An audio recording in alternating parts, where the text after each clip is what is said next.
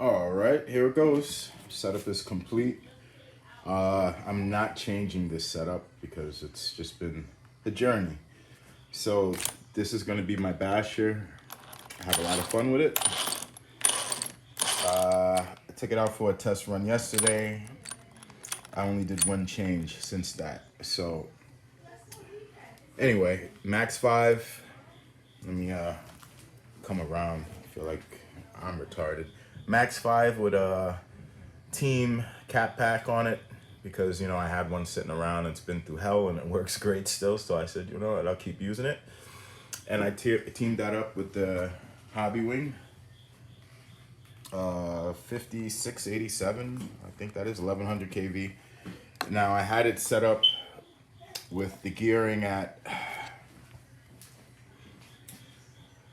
45 on a spur and 39 on a pinion. Took it out on a run yesterday. No GPS or anything, just to break the system in.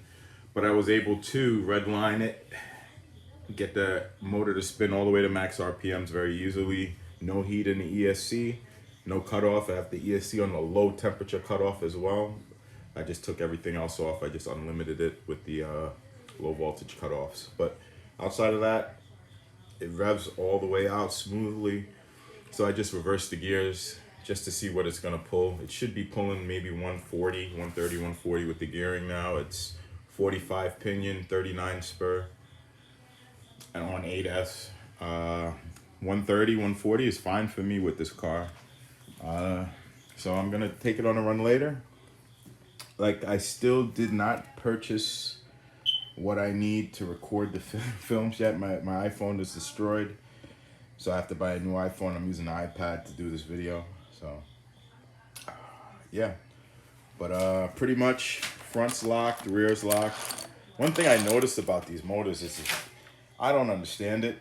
These magnets very strong in here, but there is no. This is very smooth spinning system, all geared up.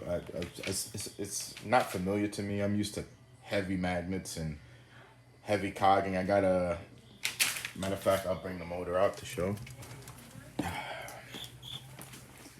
There we go. I got two more motors here. One's in pieces, one's not.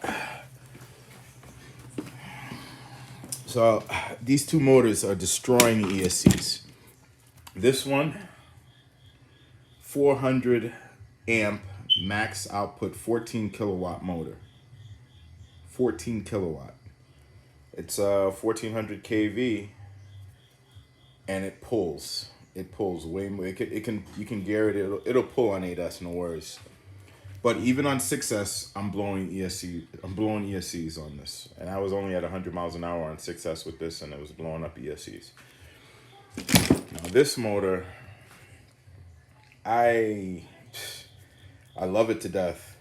I got it to run. I set it up, got it running right. This is a 5680,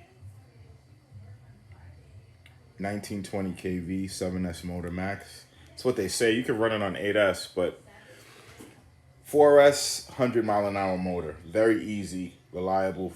4S, no overheating, 100 mile an hour. 6S, 130, 140. And that's where the problems lie. I can't really run it because on 6S I'm blowing ESCs. 8S I'm blowing ESCs. 7S I'm blowing ESCs. I can get one 8S pass in on this, and then the ESC stops. The ESC is blown up before the car could even finish the pass. So I get it through full throttle maybe for a second, and then the car is about to do a backflip because this thing is a 15 kilowatt. This thing really puts out the power. But yeah, this ESC is still good, so don't mind this one. This was my test ESC. It's a VX8. I just wanted to make sure that my motors were fine, and they're fine. These ESCs are all no good. So this Max 5, credit to it, I had a crash and I damaged this capacitor pretty bad, but the ESC still ran.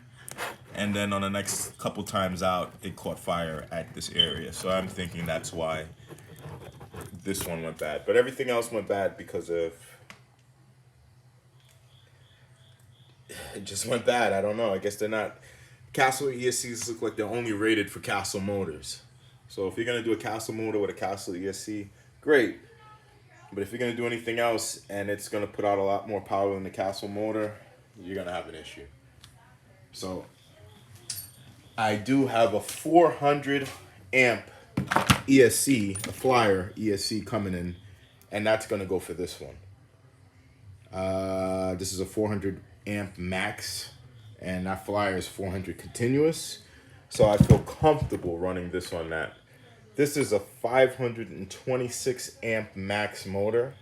So I know I can pull maybe 600, 650 amps out of it if I if I really pushed it, but it's not built for that kind of internal, but it'll pull 526 amps max. So I can't use that ESC. I gotta buy another ESC for this one.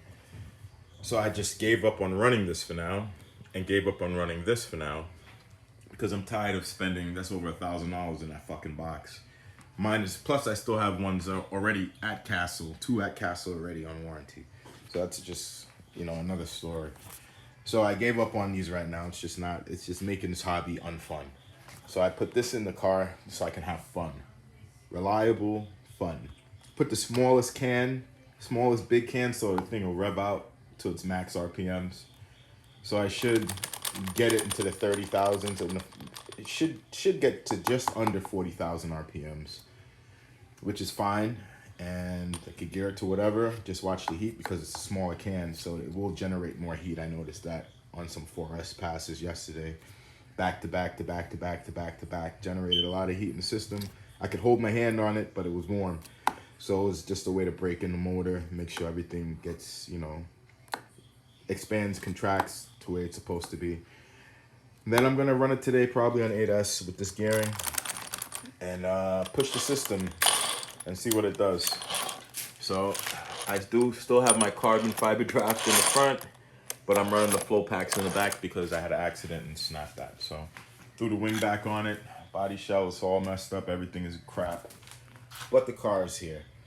And no, these are old batteries destroyed. They're just hold by this only.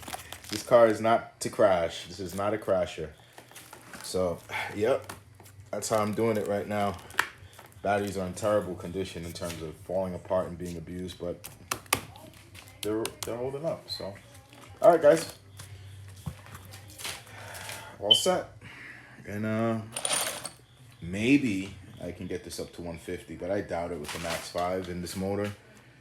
It's just gonna be asking way too much. But I do have a perfect pass from Ras Schifrin sticking around here. So if I feel the need, here it is. If I feel the need to try to push the system a little harder and really over gear it and really push it to its max potential, I'll throw this on there. Boom. And then, see, it's already ready to go. And then maybe I'll try to go for 160 with it. But I really don't think it's gonna make it. I really don't think so. Unless this motor is gonna spin out through every gear I put on it, this system is not designed for that. It's more of a fun system, so I wanna kinda keep it fun. So this, I have the loop on it. So for 4S, I leave the battery and I could care less about the weight. This is not I'm not speed running these. I'm eventually gonna put all my ideas together and build rolling chassis for you guys. So that's the plan. So if you guys are interested in a rolling chassis, I have a lot of R&D behind mine. So when you get mine, you're gonna know it's not gonna blow up, it's gonna be reliable, and all the parts are gonna be warranted by the manufacturers. That's why I put this kind of together. This is all a warranted system. Cat pack is just my extra love. I'm soldering everything. I got a KSGR. That helped out big time. Like I said, I have no splitter on it because I noticed that when you crash the car and you have a splitter on it, it kind of just destroys everything in the front. Without it, it just hits the foam, bounces off, everything stays intact. So front splitter's gone. I'm not going to be running that on this car. On the next chassis I'm building, I actually have a TP 4070 2900 kV 8S 2-pole SCM coming for that one. And I don't think I'm gonna put it in a limitless. I'm thinking I'll put that in the XO1 Put a carbon chassis on the X01, put that in the X01, put a Max 8 on it. Monster 8S on it, so I can at least tune some things on it. And if that doesn't work out, if I fry out that ESC, I'll probably go with an MGM, one of those MGM 360 amp max ESCs. So, all right, I got a lot of plans going on. That car is going to be for sale. Everything I'm doing is going to be for sale, except for the test cars. This car isn't, but I'm going to put another one with another Scorch chassis. I probably use Flowpack's top brace, Flowpack's battery tray.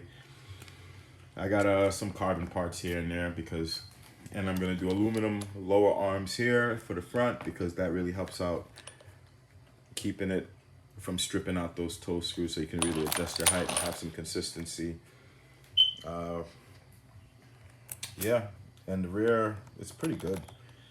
Don't really need to do much with the rear, maybe just a 0 degree in the back. And lock everything, because honestly the lock makes the biggest difference of all. Honestly, you're not in the car, so you can't do seat of the pants driving. So if you're not using a servo or if you're not using a gyro or anything like that, or you have your gyro turned off, this is the best way to go. If you have open diffs, I would say run a gyro, because you can't feel what the car is doing, and the little corrections you would make in the driver's seat, you can't do it in an RC car. So the gyro will do that for you. All right, you guys take care. Thanks for watching. Hopefully this helps somebody out.